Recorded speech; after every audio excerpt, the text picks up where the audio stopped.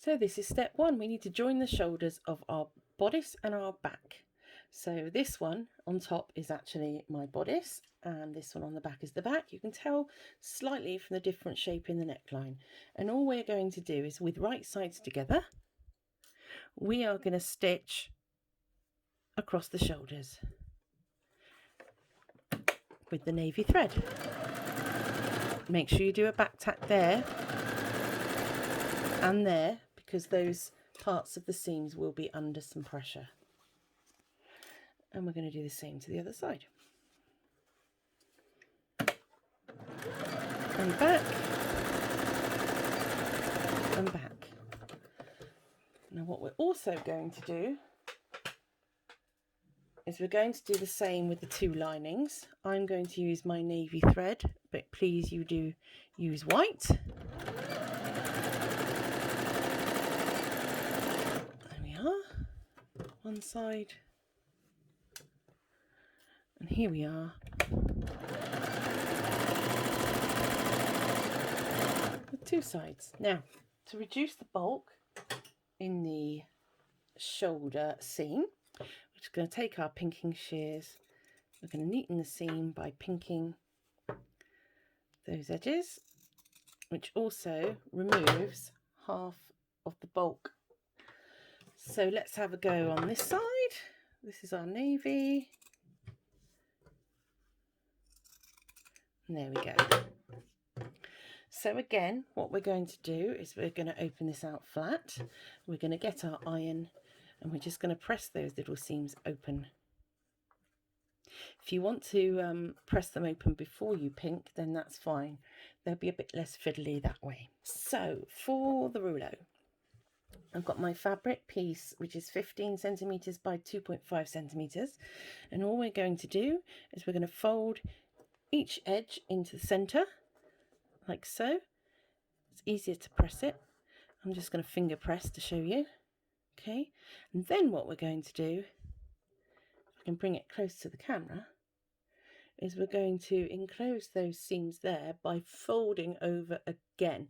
So we've got a very, very slender piece of material and we're just going to stitch down there. Now what I suggest is when you put it in the machine, let's go a bit closer. When you put it in the machine, do not attempt to start sewing from there. You want to get it all the way under your foot and start sewing here. So all I'm going to do to help me along is get my pin under there to get my positioning right, and then I'm going to manually put the needle down. This is because when we start sewing, we want it to be nice and neat and we don't want to fall out of the back. So just finger pressing it over, rolling the other side in, holding it with a pin, holding the threads out the back. I'm just going to take it very slowly. There we go. Get this folded piece done.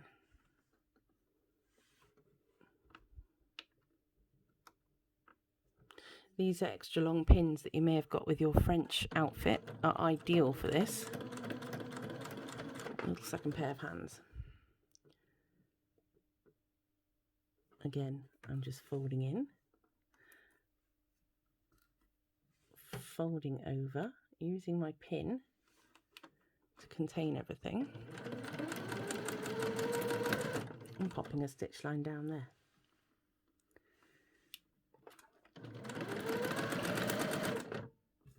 Hopefully you can see that all right. My fingers are quite chunky, I think. See if I can get them out of the way. So there we go, all the way down to the end. Don't worry about getting completely to the end, because we're not actually going to be using as much of this as in the menu. So there we go. It's cute, isn't it? This is going to go round your button. So there we are.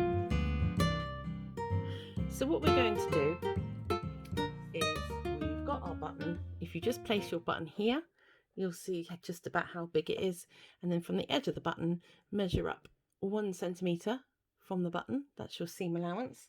So I reckon for our party dress that your loop needs to be, let's have a look, shall we?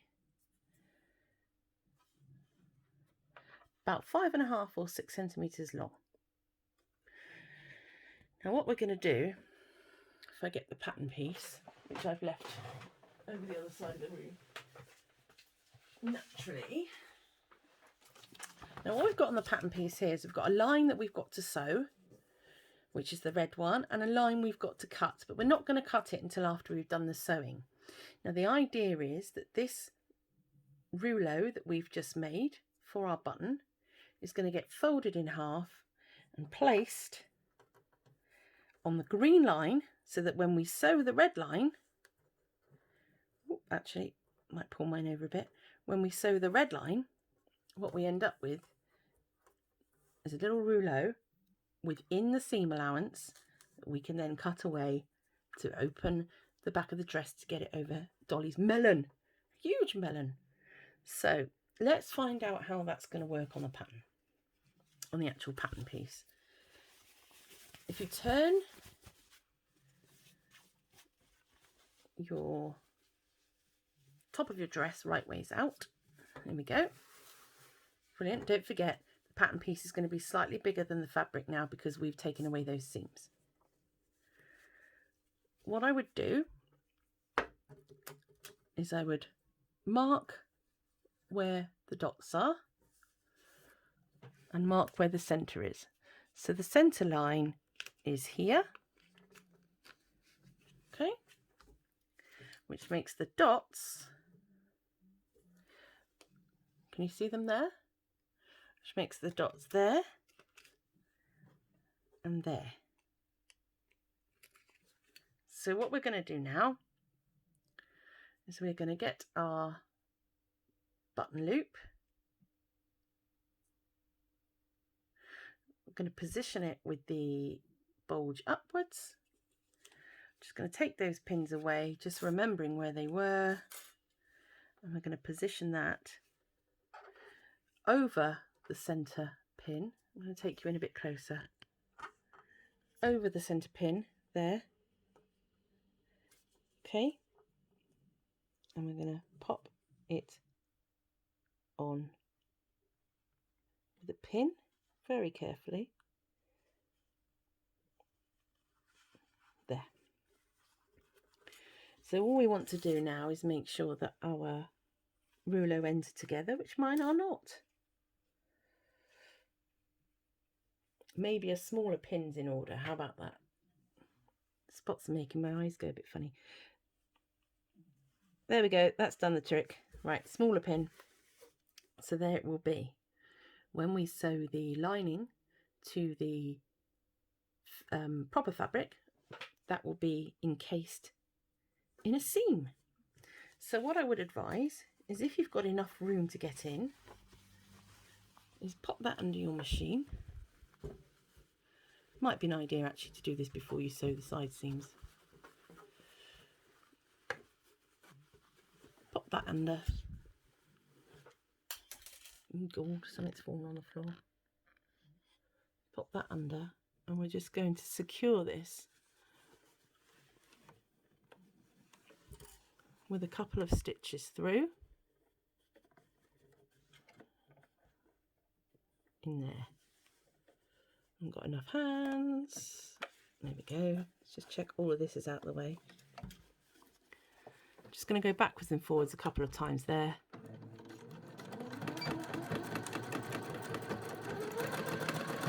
Just to baste that on. Now, basting is another word for tacking, and basically means to make temporary stitches so that you can hold things in place, but that's going to be perfect.